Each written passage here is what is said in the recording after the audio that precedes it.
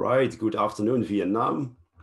Good morning, Holland. I'm presenting from Holland, so I just woke up and will have my breakfast after this presentation. So it is a unique experience for me. I'm going to talk a bit today about scaling the product owner role, and I'm not going to explain a framework. I'm basically just going to explain the journey that I went through at my current company, QB. And hopefully I can inspire you a little bit if you're also dealing with scaling situations in your own company. I can inspire you a bit how to deal with scaling in regards to the product owner role. First, a very brief introduction about myself. My name is Kai Stevens. I'm a value stream lead, also known as product owner at QB. We call it value stream lead, but for the sake of simplicity, you could call it product owner. And we built a smart thermostat. We are a scale-up company of approximately 100 people, 100 employees. And I'm going to tell a bit today about how we made a very complicated model of product owners at our company and how we fixed that. Before I worked at QB, I was a product owner already for quite some years. I worked on several Dutch-based brands in automotive, for example, and in telecom. And since 2016, I'm also helping other product owners grow in this fascinating discipline by coaching and by training. And today I do that with my fellow Scrum facilitators, Sjoerd, Serjan, and Hong. They are also presenting on Scrum Day Vietnam. So yeah, and I wanted to show this because I love Vietnam. I was there in 2009 and 2013. I love the food. I love the traffic. I think one of my major achievements in life was driving a motorbike in downtown Hanoi. For Vietnamese people, that's normal, but for Dutch people, that was quite exciting. Now, but I really love the country, the people, the food, and so I'm also really excited to be here today. Maybe a practical thing during the presentation, we will also move to Mentimeter for some polls with you.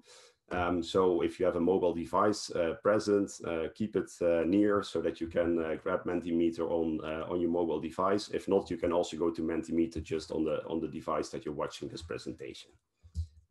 If there's any questions in between, please put them in the chat, and then the host can make me aware of these questions.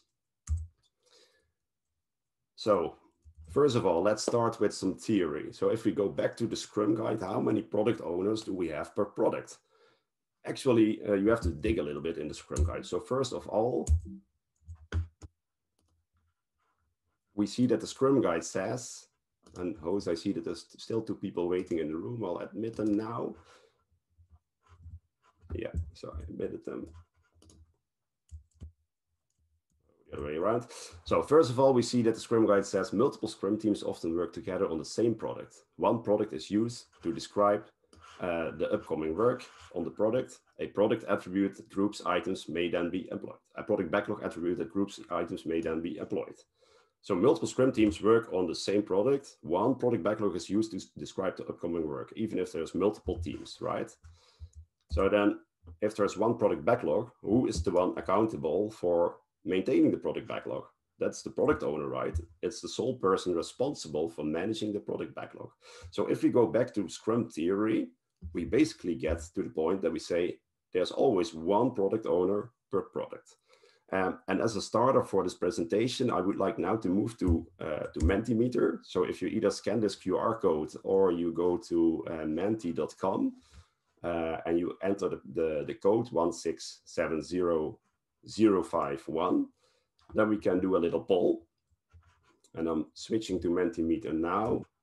So also here you see the code. So the question to you as an audience is, in your current organization, the product that you're working on, how many product owners do you have working actively on that product?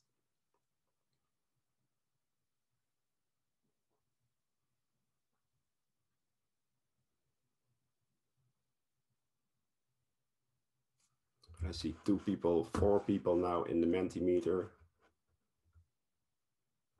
Yes. Excuse me, can I have a QR code again? Yeah, or you can just go to the URL menti.com and then enter the code. And the code is here in the top of the screen. I see 6 people are now in, so we wait a little longer.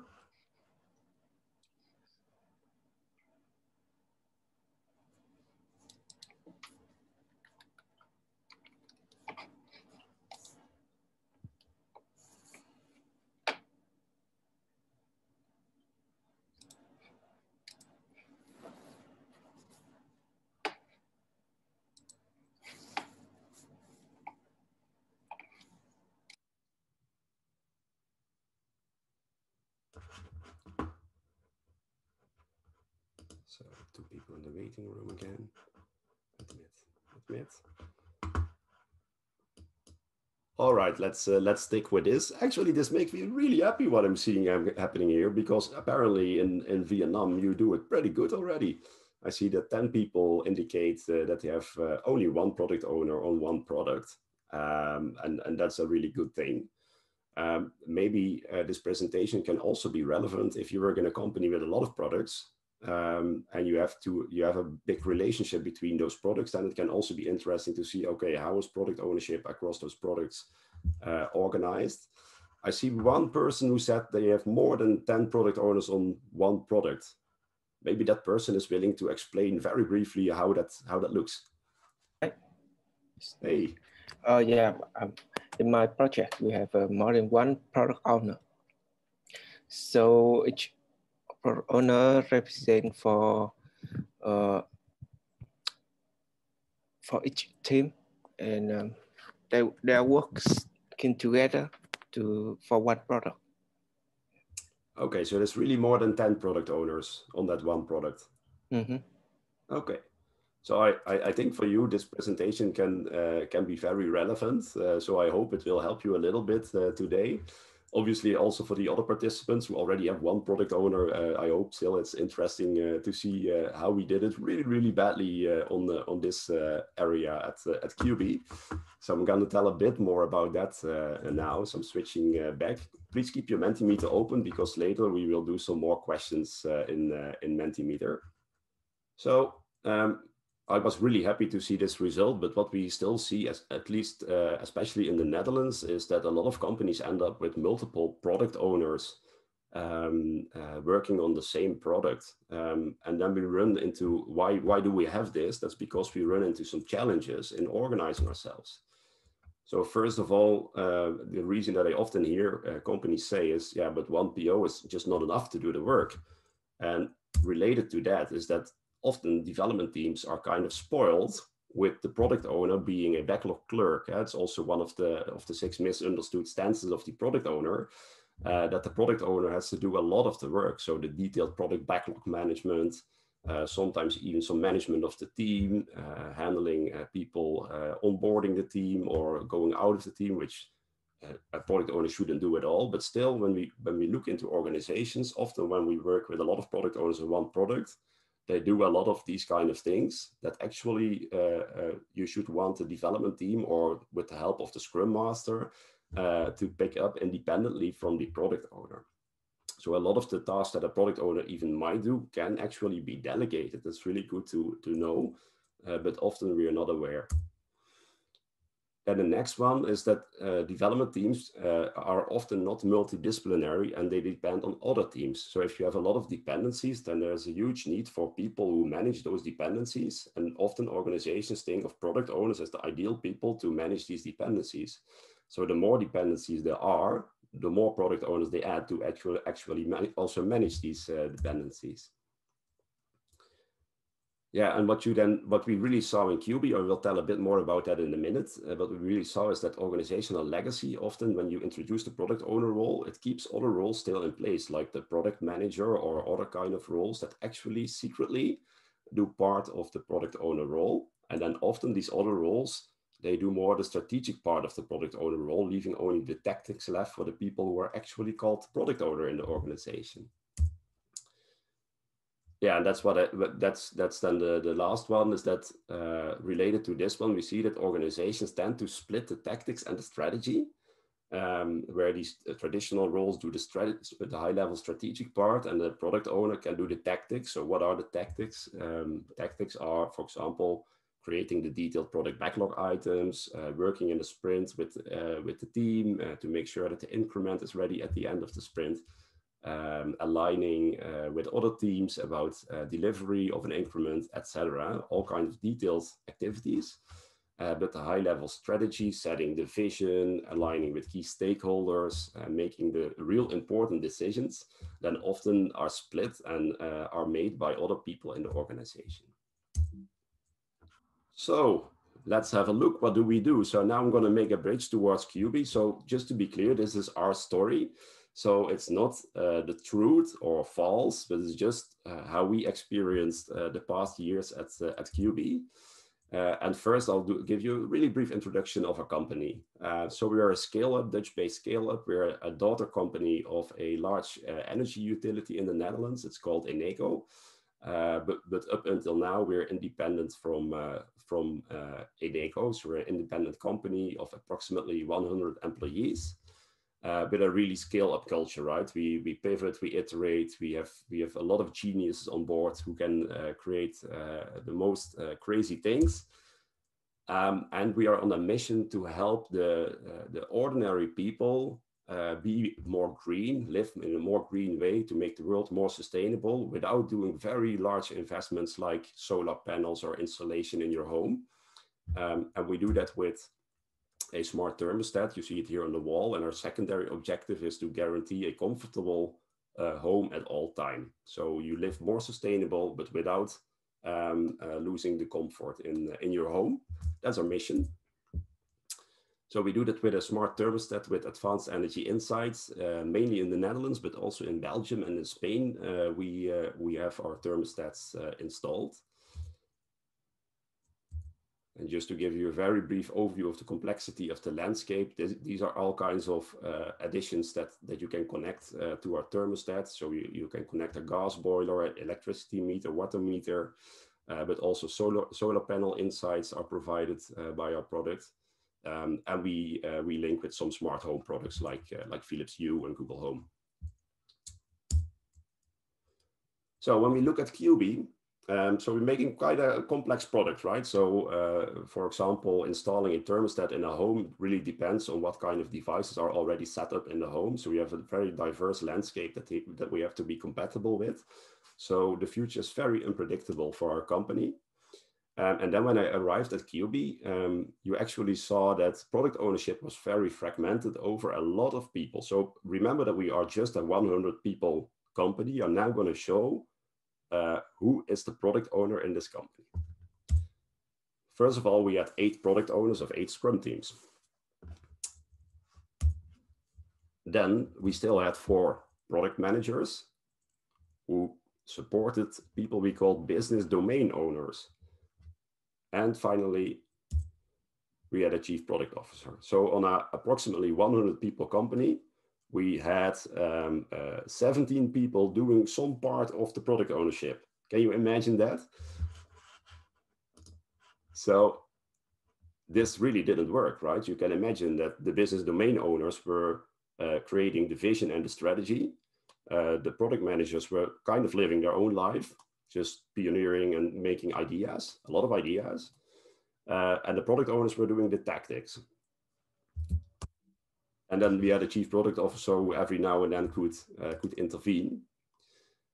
So if you would make a drawing of how that organization looked, and of course this is a very rough sketch, you got to this model where here to the left under the chief product officer, you had the business domain owners with the product managers who are these green squares below the business domain owners.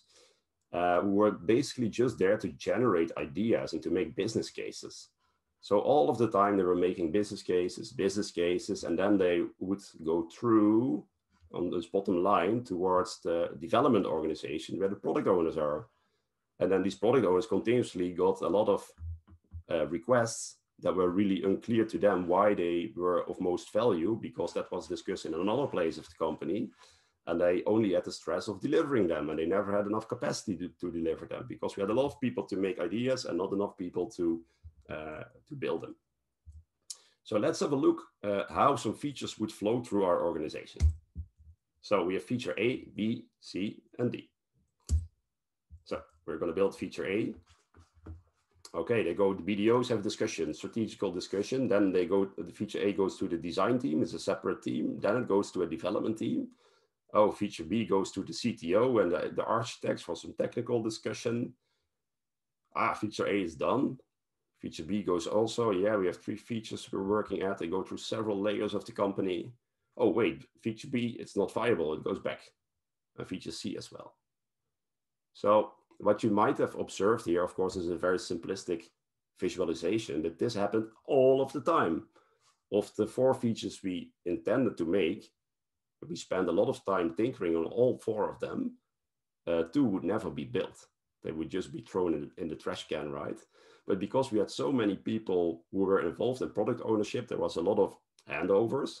That takes time, but also a lot of capacity, just capacity to create ideas and to try to move that to one of the teams. So what you can basically say is that the decisions are made in the center circle. So in that layer, there's a lot of waste, a lot of features that get attention in definition, creation, some small experiments, they are never picked up. And then in the end, the impact is felt inside the teams who feel very distant from the business and only burdened with the heavy load, all of the time, the heavy load of all these ideas that come towards them. So then I arrived as a product owner at QB in 2017. And after a couple of months of working there, I was like, oh my gosh, what's happening here? So I found myself being one of those 8 product owners. And I saw that vision and strategy was actually created far away from me at higher levels.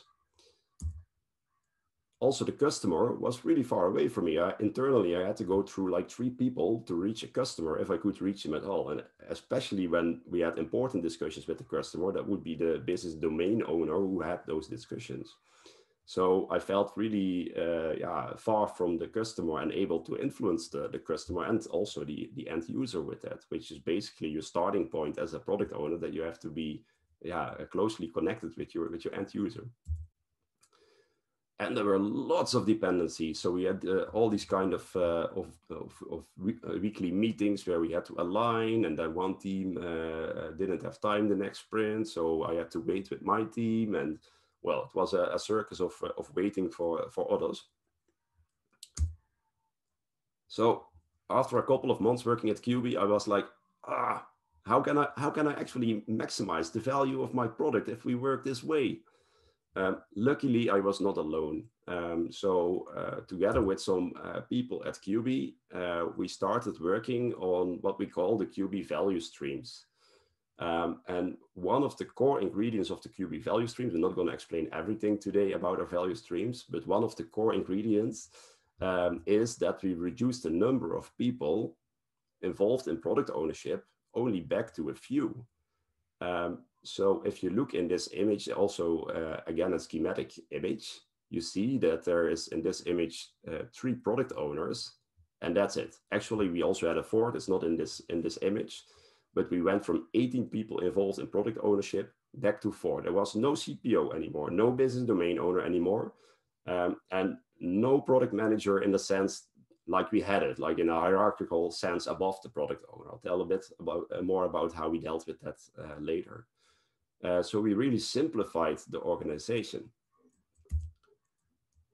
So you see that the product owners now are directly involved in the product strategy together with our customers. And I have a slide that visualizes that a bit better. But first, who's the product owner? So we have 2 value stream leads. A value stream is a part of a product, a domain of a product that has independent goals towards our end user. So we still have 1 product with 1 price. So that was not possible for us to split that at that point. But at least we split our domains so that every value stream had a very clear independent goal to create or maximize value for a part of our user base. So, and then we had enablement teams, and enablement teams, they do the foundations and they support our So that you can also call them platform teams. They support the value streams to maximize the value of the product for the customers, but they are in themselves not customer facing. And this is another picture that shows how we now were organized. I, as a value stream lead, was in a triangle. We still had an internal commercial team who would make commercial agreements with our customers, but about the product, I was directly talking to the customer and via our customer, because our utilities, they sell our products to their customers. But via our customer, I could also easily reach now the end user to really understand what was going on there. So we went from a lot of complexity to way less complexity, and I felt way more enabled to actually maximize the value of my product. So you might wonder, how does this work in the value streams? So I want to explain really briefly. I can do an entire talk on the organization, like the development organization inside a value stream. So I'm not going to do that in this presentation. But very briefly, what you see is that a value stream actually exceeds the max number of people in one Scrum team, but still we call it one team. So a value stream at QB approximately has 20 to 30 members who continuously organize in smaller teams depending on the goals that we have, so let's say in a horizon of the next 6 sprints. We call those micro teams. So you see these little circles. So we work with OKRs, with objective key results. And based on our OKRs, we form for the upcoming 6 sprints, smaller teams within the value stream. So you could call those Scrum teams. So basically the value stream lead is product owner of all those Scrum teams that continuously are created within the value stream. Why did we do this? Is because we have a very diverse skill set, and we were really convinced that multidisciplinary teams would be the key to our success. So we made sure that every value stream had all the disciplines on board to independently deliver the most important backlog items that were on our backlog. So if I, as a value stream lead, would put new priorities in place, so I move something up on the backlog, tomorrow I can ask my team to do it because we have all the disciplines on board to do that. And that gives you like insane execution power instead of all those dependencies where you have to align with all the product owners and then hope that, that you get it planned. So we have those micro teams who then have their own Scrum process, right? So they have their own micro planning, they have their own stand-ups, and they have what we do is with the value stream together, we have a retrospective. So with the whole of the value stream. So our model is definitely not entirely Scrum, but Scrum really helped us. For example, the Scrum guideline to have one product owner per product really helped us revisit our organizational model. And then we found our own path. And that would always, with scaling, be my advice. Also look for your own path, and Scrum can really help, but sometimes you have to look further than that. So maybe to summarize, and then we'll do a little poll again. How did we make it work at QB? First of all, getting management support to make some bold decisions in these situations is really important, right? So we actually had some tough conversations with the business domain owners and the product managers that their role would cease to exist. And you definitely need management support for that. Then you saw that the product managers, as we knew them, they disappeared from our organization, but they did really valuable things, right? So sometimes they made too many ideas, that was not good. But they did explore the marketplace. They did analyze competitors. So if they are gone from the organization, is that not needed anymore? No, of course, that's still needed, that you do these kind of activities. So we invested in product management skills inside the development team. So instead of having those outside of the development team in another layer of the organization that you need to align with, we made sure that those product management skills are actually inside the development team.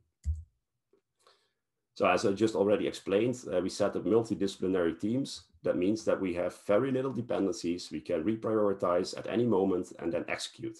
That makes you very, very agile as an organization. Within the value stream, we didn't only make the team multidisciplinary, but we also advocated a T-shaped mindset. That means that the people in the value stream are encouraged to not stick with their expert discipline, but also try to learn other disciplines so that when there's no work available for their expertise, that they can be useful for the most important goal at that point in time. So that helps the team to focus on the most important goal. So when the person from a certain skill set doesn't have work for his own skill set, previously he would start work on something else. But now he says, okay, maybe I can do some QA, or I'm an embedded engineer, maybe now I'll try to do some Java because that's needed for this goal. So growing a T-shaped mindset helps your team focus at the most important thing to do at a given point in time. Yeah, what I also just already explained is that we kind of unbundled our product around clear value streams. When you do product unbundling, preferably you really unbundle the product, right? So it's product A and product B, and they both have their own price. For our product, that was not possible. So we looked into, okay, but what is possible? So we created clear domains within our product, being energy insights and heating. And around those domains, we created the two customer-facing value streams. So we kind of unbundled the product, but without splitting the price towards the consumer. Yeah, and then in the end, and I think that that's really key, is that we, in our model, the business is actually at our customer, at the utility. They are the real business side, and we worked really hard on bringing that more together. So instead of having these kind of account management meetings, we would ask the stakeholders on the customer side to actively participate within the value streams. So that was the final one. Hey, and now we can make a little bridge back towards Mentimeter, because I've got a little question for you. So I'm switching my screen again. If you're still in there, you can just continue with me, and else you can go back to menti.com and use the code again. So I just mentioned the success factors that were important to us at QB, and now I'm curious which of these success factors are actually in place in your organization. So you can score each factor, and in this spider web, we can then see the average result that we have as a group. So if you go back to menti.com and use the code, then you can provide your answers.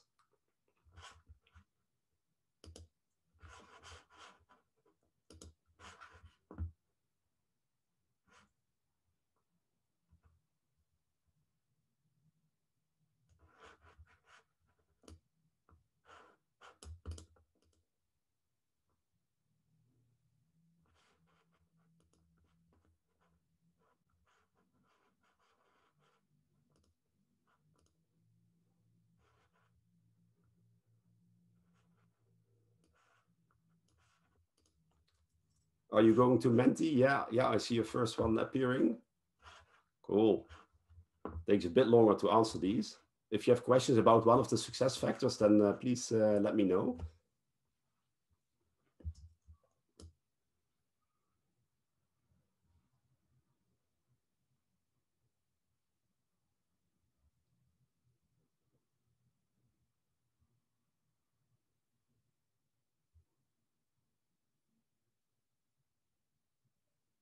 Really interesting to see this. So I see that that until now we're doing really good at bringing the business and the product development together, which is an important ingredient. So that's really good. And at this point, at the lowest we score on setting up really multidisciplinary teams with little dependencies.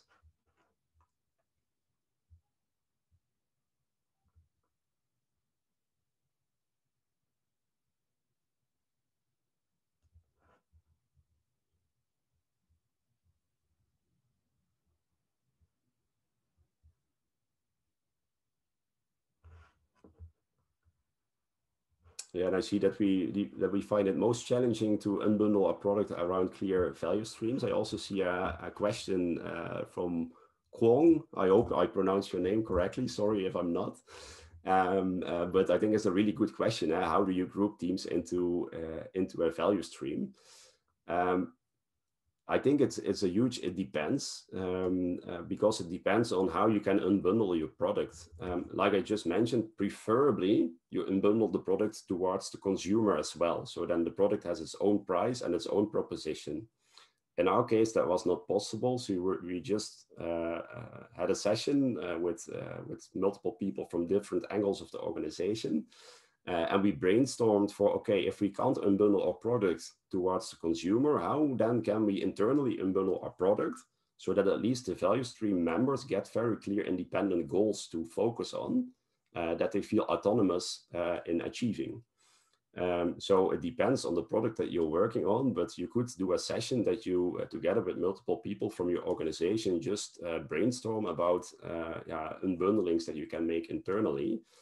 But the most important thing for a value stream is that it has a independent goal, that it doesn't depend on from the other value stream. There will always be shared goals, like, for example, the user experience of the interface. We both work in the same interface, but that's unavoidable, right? So if you work in the same product, you will always have some shared goals, but at least each value stream should have a clear, independent, functional goal for the end user.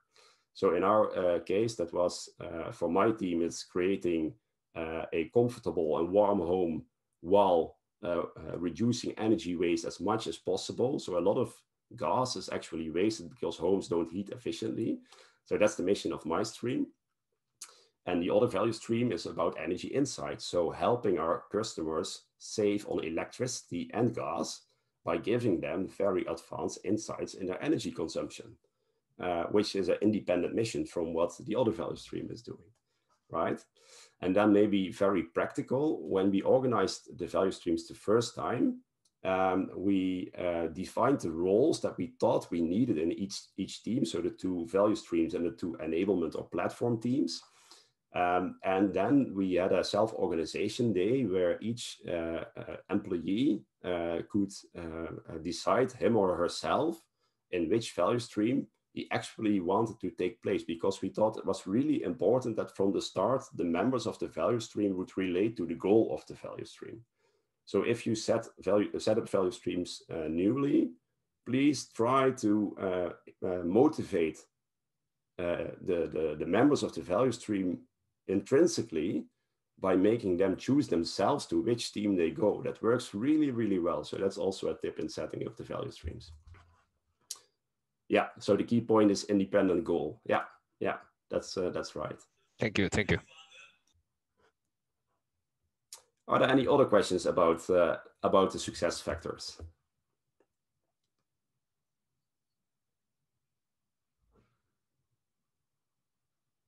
So I see that also multidisciplinary teams, they score the second lowest.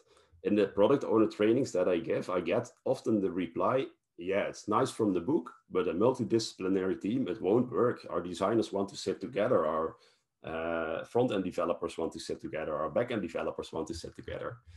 And my advice there is just try it.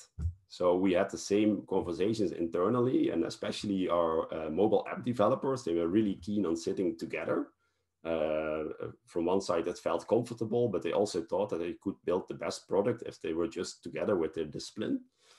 And we actually coached them and helped them to learn to work in a multidisciplinary team. And we are now 2 years later, and they all say they don't want to go back because they get so much more value and fun out of their work by working with these other disciplines.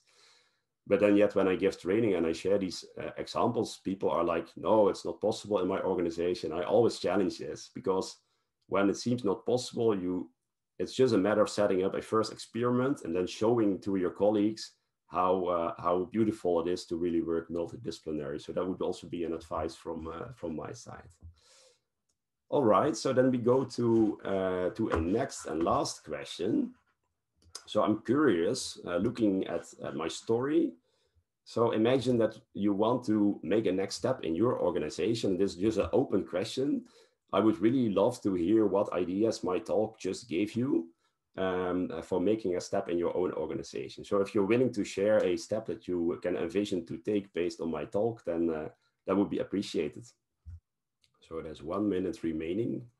I see the first one popping up. Oh, really nice. Set up feature teams instead of component teams. Go for it. So set up a first experiment and see, prove to the rest, to the skeptics what happens. Really good. Build PO skill in the dev team. Yeah. So if you want to grow more towards the strategical part as a product owner, you will need to learn the dev team to do some of the product management skills themselves. And T-shaping helps enormously, because if you create a T-shaped mindset, part of T-shaping is also doing part of the product owner role, not only another language. So if you're embedded to Java development, it also grows a mindset of, hey, if we need to create some stories and Kai as a product owner doesn't have the time, then we do it ourselves, and we'll see what happens. So someone is saying, I would prefer more on dependency between Scrum teams. Can you explain a little bit? Do you want some more information from me about that? Or so basically, what you want to say is that, or what I will try to explain today is that dependencies always hurt, right? So the more dependencies you have, the less agile you become. So for example, if you want to reprioritize a feature on the product backlog, but you need 5 teams to make it, then probably one of those 5 teams has a good reason not to reprioritize, right? They say they're working on an urgent incident and they don't have time the coming sprint. So you have to wait for 2 weeks. So try to reduce those dependencies, I would say. So here's one coming in: setting up a meeting with other Scrum Masters, share about knowledge today, think about how to build up the independent goals for the Scrum team. Really cool. Yeah, it's a very practical next step. And I see that you want to work more towards these independent goals. Obviously, and I'm not sure if that's the case already in your organization, that goes hand in hand with creating multidisciplinary teams. Because if you still have component teams or some disciplines not in the team, you will always need another team to reach the goal. So I hope that's already the case in your organization, and else that's a first step I would start with. So yeah, we had a look at our success factors, and that brings us to the final part of this presentation. We just had this question in the Mentimeter. So which step would you take to make product ownership more successful for maximizing the value of your product? And I saw some great ideas. I hope my story could inspire you on some parts. Obviously, it's our story at QB. Yeah, I see this pattern coming back, at least in the Netherlands, in many organizations, that the role of the product owner is not designed correctly in the organization to actually reach its goal of maximizing or helping the development teams maximize the value of their product.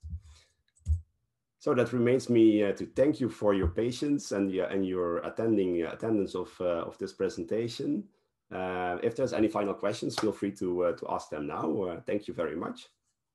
I think we have 5 minutes left, host. 6 minutes. 6 minutes, cool. So I wanted just to use the last 6 minutes to have a chat with whomever wants to have a chat about anything you want to ask me. So feel free to ask any question in the last 5 minutes.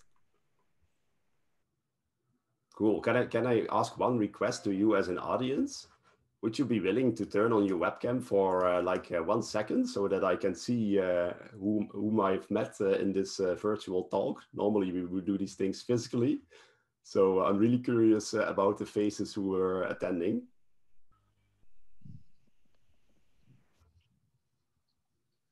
Nice to see you all.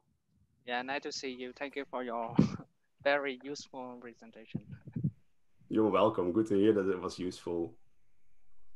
And of course, remember, it's just one case presentation, and agility is not about a predefined way of working or framework. It's about adapting in your organization to what works in your context. And Scrum, of course, is a very powerful start, but never forget to stay agile and to inspect and adapt your organizational model. That would be my final advice. All right, and I thank you very much. Then I give the word back to our amazing host. Thank you, Kai. Thank you. Thank you. Bye-bye, everyone. See you.